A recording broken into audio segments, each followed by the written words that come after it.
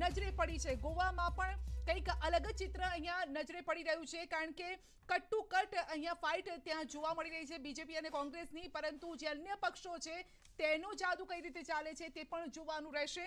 Rajiv Singh UP से हमारे सहयोगी हमारे साथ जुड़े हैं। जी राजीव, यूपी क्या कह रही है?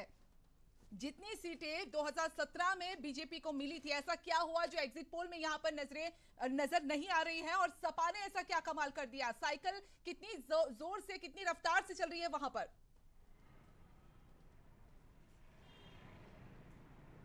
और देखिए, उत्तर प्रदेश में हुए विधानसभा चुनाव के दौरान 7 चरणों में 403 सीटों पर चुनाव संपन्न हो चुका है, और चुनाव के बाद जो एग्जिट पोल्स आ रहे हैं उसमें एक बार फिर योगी सरकार को बढ़त दिखाई दे रही है। हालांकि जो बीते चुनाव में समाजवादी पार्टी सिर्फ 49 सीटों पर थी, उसमें एक बड़ी बढ़ोतरी सीटों पर दिखाई जा रही है, और ये अब 140 से 160 के बीच में दिखाया जा रहा है। लेकिन अधिकतर जो सर्वे हुए हैं, जो एग्जिट पोल्स आ रहे हैं, उसमें सबसे नंबर 1 पर बीजेपी को रखा गया है, दूसरे नंबर पर समाजवादी पार्टी है, और तीसरे नंबर पर बहुजन समाज पार्टी है, और चौथे नंबर पर कांग्रेस है।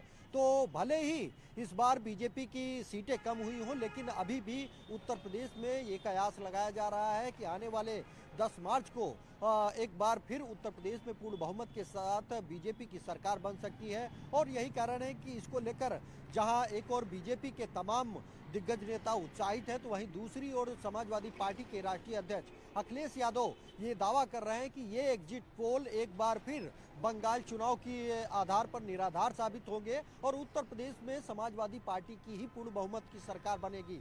लेकिन अब देखना ये होगा कि 10 मार्च को जब मतगणना होगी तो आखिर उत्तर प्रदेश के वोटर्स ने किस दल का समर्थन किया है, ये 10 मार्च को ही साफ होगा। क्या एक बार फिर से योगी सरकार उत्तर प्रदेश में अपनी सरकार बना पाएगी, या फिर समाजवादी पार्टी एक बार फिर पूर्ण बहुमत के साथ उत्तर प्रदेश की सत्ता को हासिल करेगी?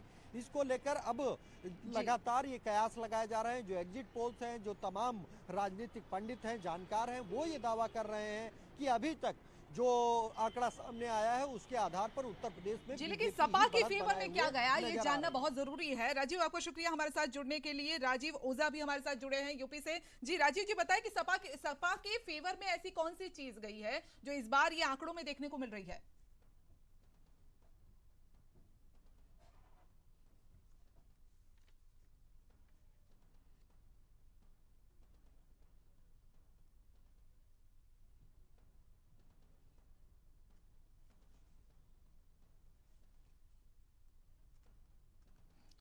जी ધૈવતભાઈ, સાયકલનું જોર કઈ રીતે ચાલી રહ્યું છે? શું જે નુકસાન જે આપણે 2017માં જોયું હતું કે રાહુલ ગાંધીએ તેમની સાથે એક જ ટ્રકમાં તેઓ સવાર થઈને જે રીતે પ્રચાર કરતા હતા, કહેવામાં આવી રહ્યું હતું એ તેમની અગેન્સ્ટમાં ગયું છે, અને આ વખતે એ જે ફેમિલી બોન્ડિંગ જે જોવા મળ્યું છે પ્રચાર વખતે, શું सबका साथ सबका विकासनी जे વાત, જે સ્લોગન બીજેપીનું છે, ક્યાંક સપાને ફળી રહ્યું છે કે બધાનો સાથ લઈને ચાલીએ તો કદાચ આપણે જીતી શકીએ છીએ? એટલે સમાજવાદી પાર્ટીએ આ ચૂંટણી માટે જે રણનીતિ બનાવી એ એમના માટે બહુ જ આશાવાદી કહી શકાય એવી હતી, કારણ કે એણે કોઈ મોટા પક્ષની સાથે જવાને બદલે સ્થાનિક અને નાના નાના પક્ષો જે ત્યાંના કાસ્ટ ફેબ્રિકને ધ્યાનમાં રાખીને એમણે ચૂંટણી જોડાણ કરેલા હતા। એમાં રાષ્ટ્રીય લોકદળ પણ સામેલ હોય અને ઓમ પ્રકાશ રાજભરનો પક્ષ પણ એમાં સામેલ હોય, તો એવી જ એક નાનકડી પાર્ટી પણ જેનું સંખ્યાત્મક પ્રભુત્વ નકારી ન શકાય, નિષાદ પાર્ટી, એ ભાજપ સાથે છે।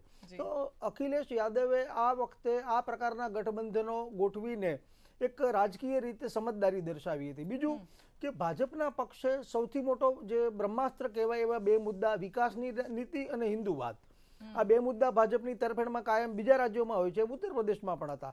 થોડો ઘણો એમાં મુખ્ય ફાળો જે ભાજપને નુકસાન જેવી વાત હતી એ કિસાન આંદોલન એનું નુકસાન જેવું હતું। સામા પક્ષે મુસ્લિમોનું આ વખતે બહુ સ્પષ્ટપણે એક દિશામાં જ મતદાન થાય એવી હવા ઊભી થઈ હતી। તો એ હવા ઊભી થવામાં ઓબીસી ફેક્ટર પણ એક ફાચર મારવામાં કારણભૂત બને એવી પરિસ્થિતિ દેખાતી હતી। પરિણામ આ એક્ઝિટ પોલના તારણો જોતા તો એવું લાગે છે કે ઓબીસી ફેક્ટર નામનું કશું વજૂદ રહ્યું નથી। પણ સપા થોડાક માટે જે ટૂંકું પડે છે એનું મુખ્ય કારણ મને એવું દેખાય છે કે ઉત્તર પ્રદેશ એ બહુ જ મોટું રાજ્ય છે, ભારતનું સૌથી મોટું રાજ્ય છે, અને ત્યાં પણ અત્યારે આપણે 2017ના પરિણામો સાથે જો એક્ઝિટ પોલના તારણોની સરખામણી કરીએ તો બહુ સ્પષ્ટ દેખાય કે ભાજપ પ્લસ, મતલબ કે ભાજપ અને ગઠબંધન પક્ષો એને ઓછામાં ઓછું 70 થી 80 બેઠકોનું નુકસાન સ્પષ્ટપણે અને દેખાય એ છે. સપામાં પ્લસ થઈ રહ્યું છે. હા, 80 બેઠકોનું નુકસાન એટલે બાકી ઉત્તર પ્રદેશ સિવાયના કોઈ રાજ્યમાં સરકાર ઊભી થઈ જાય. ઠીક છે, પણ આશીષભાઈ આ વાત સાથે સમજ છે તે પણ જાણીશું. એક નાનકડા બ્રેક બાદ જો સમજ